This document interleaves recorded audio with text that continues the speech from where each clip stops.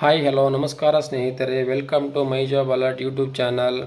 ಕೆಳಗಡೆ ನೋಡುತ್ತಿರುವ subscribe button ಮೇಲೆ ಕ್ಲಿಕ್ ಮಾಡಿ, ಹಾಗೆ ವಿಡಿಯೋಗೊಂದು ಲೈಕ್ ಕೊಡಿ ಹಾಗೂ ಇತರರಿಗೆ ವಿಡಿಯೋವನ್ನು ಶೇರ್ ಮಾಡಿ ಎಂದು ಹೇಳುತ್ತಾ ಮುಂದುವರಿಸುತ್ತಿದ್ದೇನೆ. ಈ ವಿಡಿಯೋದಲ್ಲಿ ಎಲ್ಲ ಪರೀಕ್ಷೆಗಳಿಗೆ ಉಪಯುಕ್ತವಾಗುವಂತಹ 10 ಪ್ರಶ್ನೋತ್ತರಗಳನ್ನು ನಾವು ಇಲ್ಲಿ ಗಮನಿಸಬಹುದು. KEA, KPSC, police, PSI, FDA, SDA, village accountant, PDO ಹಾಗೂ ಇತರ ಎಲ್ಲ ಪರೀಕ್ಷೆಗಳಿಗೆ ಸಹಕಾರಿಯಾಗುವಂತಹ 10 ಸಾಮಾನ್ಯ ಜ್ಞಾನದ ಪ್ರಶ್ನೋತ್ತರಗಳನ್ನು ನಾವು ಪ್ರತಿಯೊಂದು ವಿಡಿಯೋದಲ್ಲಿ ಗಮನಿಸುತ್ತಾ ಹೋಗಬಹುದಾಗಿದೆ.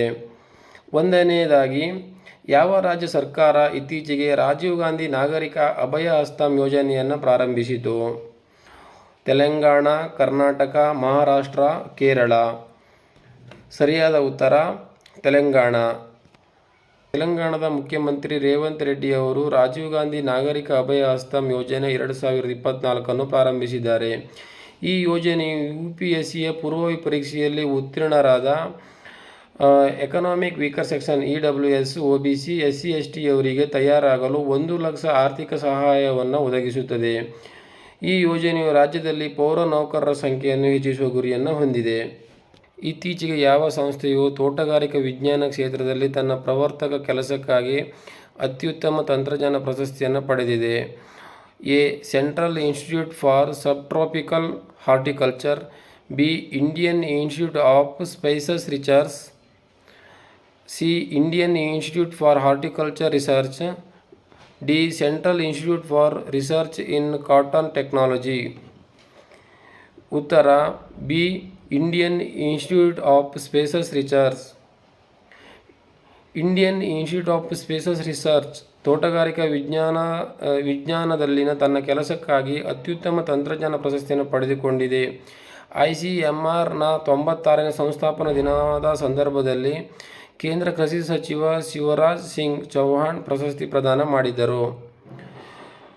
ಮೂರನೆಯದು, ರಫ್ತು ಮಾಡಿದ ಉತ್ಪನ್ನಗಳ ಮೇಲೆ ಸುಂಕಗಳು ಮತ್ತು ತೆರಿಗೆಗಳ ಪರಿಹಾರ ಯೋಜನೆ ಇದು ಯಾವ ಸಚಿವಾಲಯದ ಯೋಜನೆಯಾಗಿದೆ? 1. ರಕ್ಷಣಾ ಸಚಿವಾಲಯ, 2. ಕೃಷಿ ಸಚಿವಾಲಯ, 3. ವಾಣಿಜ್ಯ ಸಚಿವಾಲಯ, 4. ಹಣಕಾಸು ಸಚಿವಾಲಯ. ಸರಿಯಾದ ಉತ್ತರ ವಾಣಿಜ್ಯ ಸಚಿವಾಲಯ. ರಫ್ತು ಸ್ಪರ್ಧಾತ್ಮಕತೆಯನ್ನು ಹೆಚ್ಚಿಸಲು ಚಹಾ ಉದ್ಯಮವು ಯೋಜನೆಯ ಅಡಿಯಲ್ಲಿ ಹೆಚ್ಚಿನ ದರಗಳನ್ನು ಬಯಸುತ್ತದೆ. ಭಾರತದ ವಾಣಿಜ್ಯ ಸಚಿವಾಲಯದ ಪ್ರಮುಖ ರಫ್ತು ಪ್ರಚಾರ ಯೋಜನೆಯಾದ RoDTEP ಇನ್ಪುಟ್ಗಳ ಮೇಲಿನ ಮರುಪಾವತಿ ಮಾಡದ ಕೇಂದ್ರ, ರಾಜ್ಯ ಮತ್ತು ಸ್ಥಳೀಯ ಸುಂಕಗಳನ್ನು ಮರುಪಾವತಿ ಮಾಡುತ್ತದೆ. ಸೆಪ್ಟೆಂಬರ್ 2019ರಲ್ಲಿ ಇದನ್ನು ಘೋಷಣೆ ಮಾಡಲಾಯಿತು. ಇತ್ತೀಚೆಗೆ ಯಾವ ಮಾಜಿ ಭಾರತೀಯ ಆಟಗಾರ USAನ ನ್ಯೂಪೋರ್ಟ್ನಲ್ಲಿ ಅಂತಾರಾಷ್ಟ್ರೀಯ ಟೆನ್ನಿಸ್ ಹಾಲ್ ಆಫ್ ಫೇಮ್ಗೆ ಸೇರಿಸಲಾಯಿತು? ವಿಜಯ್ ಅಮೃತರಾಜ್ ಮತ್ತು ಲಿಯಾಂಡರ್ ಪೇಸ್, ಅಜಯ್ ರಾಮಸ್ವಾಮಿ ಮತ್ತು ರೋಹಿತ್ ರಾಜ್ಪಾಲ್, ಮಹೇಶ್ ಭೂಪತಿ ಮತ್ತು ರೋಹನ್ ಬೋಪಣ್ಣ, ಕರಣ್ ರಸ್ತೋಗಿ ಮತ್ತು ಜೆ ರಾಯಪ್ಪ. ಸರಿಯಾದ ಉತ್ತರ ವಿಜಯ್ ಅಮೃತರಾಜ್ ಮತ್ತು ಲಿಯಾಂಡರ್ ಪೇಸ್.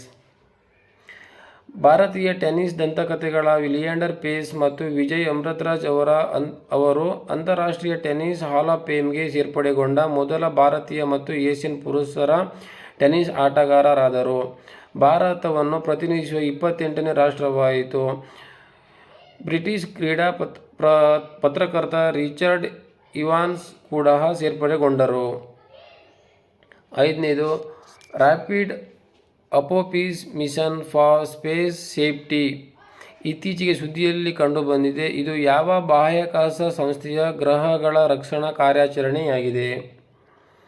1ನೇದು, ರಾಷ್ಟ್ರೀಯ ಏರೋನಾಟಿಕ್ಸ್ ಮತ್ತು ಬಾಹ್ಯಾಕಾಶ ಆಡಳಿತ ನಾಸಾದ ವಿರುದ್ಧ, ಭಾರತೀಯ ಬಾಹ್ಯಾಕಾಶ ಸಂಶೋಧನಾ ಸಂಸ್ಥೆ ಇಸ್ರೋದ ಯುರೋಪಿಯನ್ ಬಾಹ್ಯಾಕಾಶ ಸಂಸ್ಥೆ ESAದ, ಜಪಾನ್ ಏರೋಸ್ಪೇಸ್ ಎಕ್ಸ್ಪ್ಲೋರೇಷನ್ ಏಜೆನ್ಸಿ JAXAದ ವಿರುದ್ಧ. ಸರಿಯಾದ ಉತ್ತರ European Space Agency. European Space ಏಜೆನ್ಸಿಯ ರಾಮ್ಸೆಸ್ ಬಾಹ್ಯಾಕಾಶ ನೌಕೆಯು ಕ್ಷುದ್ರಗ್ರಹಗಳ ಅಪೋಪೀಸ್ ಜೊತೆಗೆ 2029ರಲ್ಲಿ ಭೂಮಿ ಹತ್ತಿರ ಹಾದು ಹೋಗುತ್ತದೆ. ಬಾಹ್ಯಾಕಾಶ ಸುರಕ್ಷತೆಗಳಿಗಾಗಿ ರ್ಯಾಪಿಡ್ ಅಪೋಸಿಸ್ ಮಿಷನ್ ಪ್ರತಿಬಂಧಿಸುವ ಗುರಿಯನ್ನು ಹೊಂದಿದೆ. 6ನೇ ಪ್ರಶ್ನೆ, ಇತ್ತೀಚೆಗೆ ಅಂತಾರಾಷ್ಟ್ರೀಯ ಒಲಿಂಪಿಕ್ ಸಮಿತಿಯಿಂದ ಯಾವ ಭಾರತೀಯ ಶೂಟರ್ಗೆ ಒಲಿಂಪಿಕ್ ಆರ್ಡರ್ ನೀಡಲಾಗಿದೆ? ಅಭಿನವ್ ಬಿಂದ್ರಾ, ಜಸ್ಪಾಲ್ ರಾಣಾ, ಮನು ಭಾಕರ್, ಪ್ರಂಜು ಸೋಮಾನಿ. ಸರಿಯಾದ ಉತ್ತರ ಅಭಿನವ್ ಬಿಂದ್ರಾ. ಭಾರತದ ಶೂಟಿಂಗ್ ಅಭಿನವ್ ಬಿಂದ್ರಾ ಅವರು ಒಲಿಂಪಿಕ್ ಆಂದೋಲನಕ್ಕೆ ನೀಡಿದ ಅತ್ಯುತ್ತಮ ಕೊಡುಗೆಗಾಗಿ ಒಲಿಂಪಿಕ್ ಆರ್ಡರ್ ಅನ್ನು ನೀಡಲಾಗಿದೆ.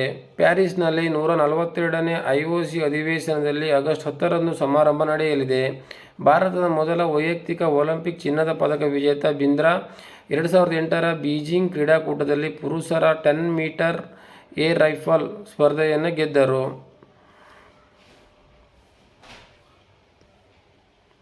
7ನೇ ಪ್ರಶ್ನೆ, ಇತ್ತೀಚೆಗೆ ಯಾವ ಭಾರತೀಯ ರಾಜ್ಯವು ಪ್ರವಾಸಿ ವಾಹನಗಳಿಗೆ ಕಸದ ಚೀಲವನ್ನು ಸಾಗಿಸುವುದು ಕಡ್ಡಾಯಗೊಳಿಸಿದೆ? 1 A first option Assam, B Uttarakhand, C Meghalaya, C Sikkim. ಸರಿಯಾದ ಉತ್ತರ ಸಿಕ್ಕಿಂ. ಸಿಕ್ಕಿಂ ಈಗ ತನ್ನ ಸೂಕ್ಷ್ಮವಾದ ಹಿಮಾಲಯ ಪರಿಸರವನ್ನು ರಕ್ಷಿಸಲು ಎಲ್ಲ ಪ್ರವಾಸಿ ವಾಹನಗಳು ದೊಡ್ಡ ಕಸದ ಚೀಲವನ್ನು ಸಾಗಿಸುವ ಅಗತ್ಯವಿದೆ. ಭಾರತದ ಕಡಿಮೆ ಜನಸಂಖ್ಯೆಯ ರಾಜ್ಯವಾಗಿದ್ದರೂ ಸಿಕ್ಕಿಂ ಹೆಚ್ಚಿನ ಪ್ರವಾಸಿಗರ ಭೇಟಿಯಿಂದಾಗಿ ಪರಿಸರ ಅಡಚಣೆಗಳನ್ನು ಎದುರಿಸುತ್ತಿದೆ. ಈ ಕ್ರಮದ ಮೂಲಕ ಪರಿಸರ ಸುಸ್ಥಿರತೆಯಲ್ಲಿ ಸಮುದಾಯದ ಸಹಭಾಗಿತ್ವವನ್ನು ಉತ್ತೇಜಿಸುವ ಗುರಿಯನ್ನು ಅಲ್ಲಿನ ಅಧಿಕಾರಿಗಳು ಹೊಂದಿದ್ದಾರೆ. 8ನೇ ಪ್ರಶ್ನೆ, ಇತ್ತೀಚೆಗೆ ಸುದ್ದಿಯಲ್ಲಿ ಕಂಡು ಬರುವ ಇಂಡಿಯನ್ ಮ್ಯಾರಿಟೈಮ್ ಸೆಂಟರ್ ಯಾವ ಸಚಿವಾಲಯದ ಉಪಕ್ರಮವಾಗಿದೆ? 1 ಬಂದರುಗಳು, ಹಡಗು ಮತ್ತು ಜಲಮಾರ್ಗಗಳ ಸಚಿವಾಲಯ, 2 ಜಲಸತಿ ಸಚಿವಾಲಯ, ವಸತಿ ಮತ್ತು ನಗರ ವ್ಯವಹಾರಗಳ ಸಚಿವಾಲಯ, ರಕ್ಷಣಾ ಸಚಿವಾಲಯ. ಉತ್ತರ ಬಂದರುಗಳು, ಹಡಗು ಮತ್ತು ಜಲಮಾರ್ಗಗಳ ಸಚಿವಾಲಯ. ಇದು Indian maritime centre Indian maritime centre ಇದು ಬಂದರುಗಳು, ಹಡಗು ಮತ್ತು ಜಲಮಾರ್ಗಗಳ ಸಚಿವಾಲಯದ ಅಡಿಯಲ್ಲಿ ಬರುತ್ತದೆ. ಮ್ಯಾರಿಟೈಮ್ ಇಂಡಿಯನ್ ಮಿಷನ್ 2030 ಅಡಿಯಲ್ಲಿ ಪ್ರಮುಖ ಉಪಕ್ರಮವಾದ ಇಂಡಿಯನ್ ಮ್ಯಾರಿಟೈಮ್ ಸೆಂಟರ್ IMC ಸಾಕಾರಗೊಳ್ಳುತ್ತದೆ. ಬಂದರುಗಳು, ಶಿಪ್ಪಿಂಗ್ ಮತ್ತು ಜಲಮಾರ್ಗಗಳ ಸಚಿವಾಲಯದ ನೇತೃತ್ವದಲ್ಲಿ ಭಾರತೀಯ ಕಡಲ ಉದ್ಯಮವನ್ನು ಏಕೀಕರಿಸುವ ಗುರಿಯನ್ನು ಹೊಂದಿದೆ. ಇದು ಅಂತಾರಾಷ್ಟ್ರೀಯ ಸಾಗರ ಸಂಸ್ಥೆಯಲ್ಲಿ ಭಾರತದ ಪಾತ್ರವನ್ನು ಹೆಚ್ಚಿಸಲು, ದೇಶೀಯ ಕಡಲ ವಲಯವನ್ನು ಬಲಪಡಿಸಲು ಮತ್ತು ಪ್ರಮುಖ ಘಟನೆಗಳ ಮೂಲಕ ಜಾಗತಿಕವಾಗಿ ಭಾರತದ ಕಡಲ ಹಿತಾಸಕ್ತಿಗಳನ್ನು ಉತ್ತೇಜಿಸಲು ಪ್ರಯತ್ನಿಸುತ್ತದೆ. ಮುಂದಿನ ಪ್ರಶ್ನೆ, Upper Karnali Hydro Electric Power Project ಯಾವ ದೇಶದಲ್ಲಿದೆ? 1 ಭೂತಾನ್, 2 ನೇಪಾಳ, 3 ಭಾರತ, 4 ಮ್ಯಾನ್ಮಾರ್. ಸರಿಯಾದ ಉತ್ತರ ನೇಪಾಳ.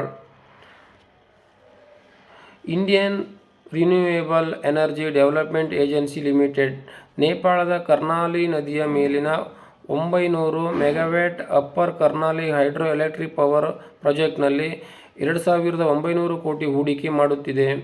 ಈ ನದಿಯ ಯೋಜನೆಯು ನೇಪಾಳ, ಭಾರತ ಮತ್ತು ಬಾಂಗ್ಲಾದೇಶಕ್ಕೆ 25 ವರ್ಷಗಳವರೆಗೆ ವಿದ್ಯುತ್ ಪೂರೈಸುವ ಗುರಿಯನ್ನು ಹೊಂದಿದೆ. ಕೊನೆಯ ಪ್ರಶ್ನೆ, ಇತ್ತೀಚೆಗೆ ಯಾವ ದೇಶದ ವಿಜ್ಞಾನಿಗಳು ಜೀವಂತ ಚರ್ಮದ ರೋಬೋಟ್ ಮುಖವನ್ನು ಅಭಿವೃದ್ಧಿಪಡಿಸಿದ್ದಾರೆ? 1 ಚೀನಾ, ಜಪಾನ್, ರಷ್ಯಾ, ಭಾರತ. ಸರಿಯಾದ ಉತ್ತರ ಜಪಾನ್. ಜುಲೈ 2024ರಲ್ಲಿ ಜಪಾನ್ ಟೋಕಿಯೋ ವಿಶ್ವವಿದ್ಯಾಲಯದ ಮಿಂಗ್-ಹಾವೋ ನಿ ಇದು ಅವರ ಹೆಸರು ಹಾಗೂ ಮಾನವನ ಚರ್ಮದ ಅಂಗಾಂಶದಿಂದ ಆವರಿಸಿರುವ ರೋಬೋಟ್ ಮುಖವನ್ನು ಪ್ರದರ್ಶಿಸಿದರು. ಸೋಜಿ ಟೇಕುಜಿ ನೇತೃತ್ವದಲ್ಲಿ ಈ ಸಂಶೋಧನೆಯ ಭಾವನೆಗಳನ್ನು ವ್ಯಕ್ತಪಡಿಸುವ ಸಾಮರ್ಥ್ಯವನ್ನು ಹೊಂದಿರುವ ಜೀವಂತ ಅಂಗಾಂಶವನ್ನು ಸಂಯೋಜಿಸುವ ಮೂಲಕ ರೋಬೋಟಿಕ್ ನೈಜತೆಯನ್ನು ಹೆಚ್ಚಿಸುವ ಗುರಿಯನ್ನು ಹೊಂದಿದೆ. ಇಲ್ಲಿವರೆಗೆ 10 ವಿಡಿಯೋಗಳನ್ನು ವೀಕ್ಷಿಸಿದ್ದೀವಿ. Thank you for watching video. Please subscribe, like and share.